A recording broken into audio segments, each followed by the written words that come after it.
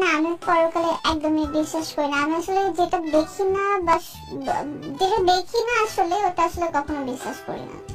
বাংলাদেশের জনপ্রিয় একজন টিভি নাট্য অভিনেত্রী সাফা কবির, যিনি তার অসাধারণ অভিনয় দক্ষতা দেখিয়ে ইতিমধ্যে বাংলা টিভি নাটকে ব্যাপক জনপ্রিয়তা অর্জন করে নিয়েছেন।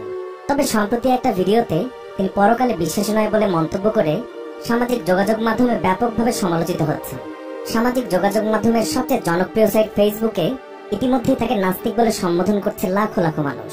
2-3 বাক্যের সেই কথাতেই মুহূর্তের মাঝে তার সকল জনপ্রিয়তা একদম ধুলোয় মিশে গেছে। তিনি সেই ভিডিওতে আর কি বলেছেন, আমাদের আজকের আয়োজনে নিয়ে এসেছি সেই তথ্যগুলোই। সেই সাথে তার জীবনের কথা ও নানান তথ্য জানতে ভিডিওটি দেখতে থাকুন শেষ পর্যন্ত। সাফা কবির 1994 সালের 29শে আগস্ট বরিশালে জন্মগ্রহণ করেছেন। তার বয়স 24 বছর, উচ্চতা 5 ফিট 4 ইঞ্চি, তার ওজন 53 কেজি। সাফা কবির একজন মুসলমান এবং তিনি কন্যা রাশির জাতক। বরিশালে জন্মগ্রহণ করলেও ঢাকার নাখালপাড়ায় মায়ের সঙ্গে থাকেন সাফা কবির। তার বাবা হচ্ছেন একজন জার্মান প্রবাসী। সাফা কবিরের পারিবারিক নাম আনাতোনি কেলি। ছোটবেলায় এই নামেই সাফা কবিরকে ডাকতেন তার পরিবারের সবাই। কারণ কি, সাফা কবির যখন জন্মগ্রহণ করেছেন তখন তার বাবা হুমায়ুন কবির সবুজ ব্যবসার কাজে রাশিয়ায় ছিলেন। সে কারণে তার দাদা সাফার জন্য বেছে নেন রাশিয়ান নাম আনাতোনি কেলি। এখন অবশ্য এই নামটি হারিয়ে গেছে। মিডিয়াতে তিনি এখন সাফা কবির নামে বেশি পরিচিত। Safa Kabir American International University of Bangladesh থেকে বিবিএ ডিগ্রি লাভ করেছেন। আশফাক বিপুলের এয়ারটেলের একটা বিজ্ঞাপন চিত্রে অভিনয়ের মাধ্যমে তিনি মিডিয়া জগতে পা রাখেন। এরপর তিনি প্রাণ পিনাট বার ও প্যারাশুট নারকেল তেলের বিজ্ঞাপন চিত্রে অভিনয় করেন। এর মাঝে প্রাণ পিনাট বারের বিজ্ঞাপনটি তাকে রাতারাতি তারকা খ্যাতি এনে দিয়েছিল। অথচ একসময় অভিনয়ের ধারে কাছেও ছিলেন না এই সাফা কবির। এমনকি ক্যামেরার সামনেও কখনো দাঁড়াননি সাফা কবির। 5 ফুট 4 ইঞ্চি লম্বা এই মেয়েটির অভিনয়ে অভিষেক হয় অ্যাট 18 অল টাইম দৌড়ের উপর টেলিফিল্মের মাধ্যমে। আতিক হাসান পরিচালিত একা মেয়ে নাটকে অভিনয় করে সে সময় সাফা কবির বেশ প্রশংসিত হয়েছিলেন। এরপর থেকে টিভি নাটকে সাফা কবির বেশ নিয়মিতই অভিনয় করতে থাকেন। প্রথম নাটকে বাজিমাত করেন এবং বনে যান অভিনেত্রী।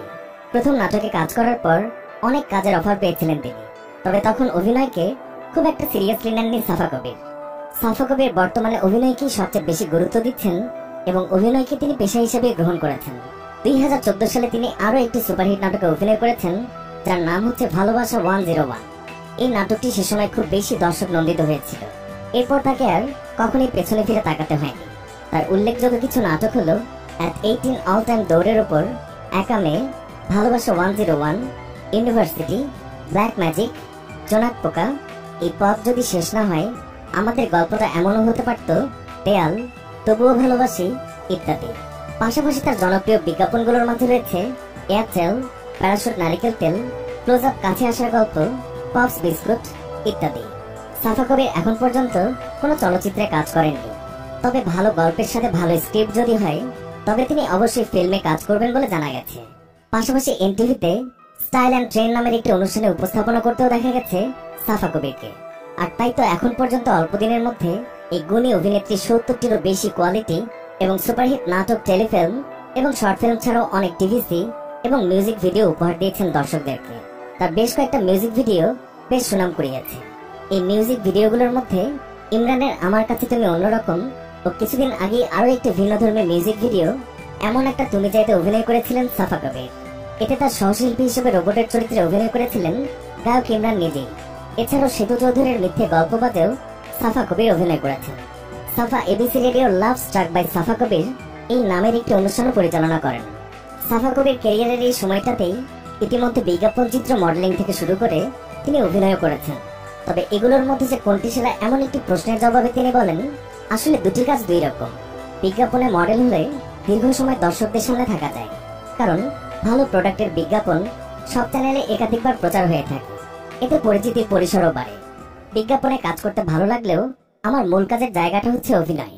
ভালো কোনো চরিত্রে অভিনয় করে যখন দর্শকদের রেসপন্স পাই তখন খুবই ভালো লাগে। আমার পরিবারও আমাকে অভিনয়ে অনেক উৎসাহ দেয়, আর আমি নিজেও যেহেতু অভিনয় পছন্দ করি তাই অভিনয়টাই চালিয়ে যেতে চাই। অন্যদিকে শুধুমাত্র টিভি নাটকে কাজ করবেন নাকি কখনো দেখা যেতে পারে কোনো সিনেমাতে, এর জবাবে তিনি বলেন, অভিনয়ের সবচেয়ে বড় প্ল্যাটফর্ম হচ্ছে সিনেমার পর্দা। অভিনয়টা যেহেতু চালিয়ে যেতে চাই তাই আগামীতে সুযোগ পেলে সিনেমাতেও হয়তো আমি অভিনয় করতেও পারি। তবে আমাদের দেশের গতানুগতিক বাণিজ্যিক ধারার সিনেমায় নয়, ব্যতিক্রম ধারার সিনেমায় কাজ করার ইচ্ছে রয়েছে আমার। বর্তমান সময়ে আমাদের দেশের টিভি নাটকের কিছুটা বাজে হালের কারণ হিসেবে তিনি অনলাইনকে দায়ী করেছেন। কেননা মানুষ এখন টিভির থেকেও বেশি অনলাইন নির্ভর। টিভিতে নাটক দেখার পরিবর্তে দেশের বেশিরভাগ মানুষই অনলাইনে বিভিন্ন ধরনের নাটক দেখে থাকেন। সে কারণে টিভি চ্যানেলের ডিমান্ড কমে যাচ্ছে, আর স্বাভাবিকভাবেই টিভি চ্যানেলগুলো তাদের মার্কেট ধরে রাখতে পারছেন না। অন্যদিকে অনলাইনে তুলনামূলক বেশি সাড়া পাওয়া যাচ্ছে, তাই অভিনয় জগতের তারকারাও অনলাইনের কাজের দিকে বেশি আগ্রহী বলে ধারণা করেন অভিনেত্রী সাফা কবির। সাফা কবিরের কোনো বয়ফ্রেন্ড বা প্রেম কিংবা রোমাঞ্চের কোনো সঠিক তথ্য এখনো পাওয়া যায়। এই ট্যালেন্টেড অভিনেত্রী সামাজিক যোগাযোগের মাধ্যমে বেশ আলোচিত। এখন পর্যন্ত ফেসবুকে তার অরিজিনাল পেজে 7 লাখেরও বেশি মানুষ তাকে ফলো করছেন। জানা গেছে সাফা কবিরের পারিশ্রমিক নাটক প্রতি 33,000 থেকে 1 লক্ষ টাকার মধ্যে। সাফার প্রিয় সঙ্গীত শিল্পী হচ্ছেন তাহসান, এলিটা করিম ও অরিজিৎ সিং। তার কিছু প্রিয় সিনেমা হচ্ছে আ ওয়াক টু রিমেম্বার, জিন্দেগি না মিলেঙ্গে দুবারা ইত্যাদি। প্রিয় অভিনয় শিল্পীর তালিকায় রয়েছেন সুবর্ণা মোস্তফা, তাহসান, তিশা আর ভারতের রণবীর সিং ও আলিয়া ভাট। উপস্থাপিকা মারিয়ানুর ও টয়া সাফার খুবই ভালো বন্ধু, যাকে বলে প্রাইসলেস বন্ধু। বন্ধুদের মতে পর্দার সাফা কবির এবং বাস্তবের সাফার মধ্যে অনেক তফাৎ রয়েছে। বাস্তব জীবনে সাফা কবির হলো খুবই সফট হার্টেড এবং কেয়ারিং একটা মেয়ে। সাফা কবিরের পছন্দের খাবার হলো ভাত, মাছ, ভুনা খিচুড়ি, তেহারি আর পিজা। তার পছন্দের পোশাক হচ্ছে জিন্স আর টি শার্ট। সাফা কবির তার অভিনয়ের মধ্য দিয়ে হাজারো তরুণের মন কেড়ে নিয়েছেন। তিনি এমনই একজন অভিনেত্রী যিনি কিনা খুব অল্প সময়ে এদেশের তরুণ প্রজন্মের কাছে একজন কিউট অ্যান্ড সেন্সেশনাল অভিনেত্রী হিসেবে নিজেকে প্রতিষ্ঠিত করেছেন। বর্তমান সময়ের নবাগত অনেক অভিনেত্রীর মধ্যেই তিনি একমাত্র অভিনেত্রী যিনি ক্যারিয়ারের শুরু থেকে এখন পর্যন্ত একতালে সুনামের সঙ্গে কাজ করে যাচ্ছেন।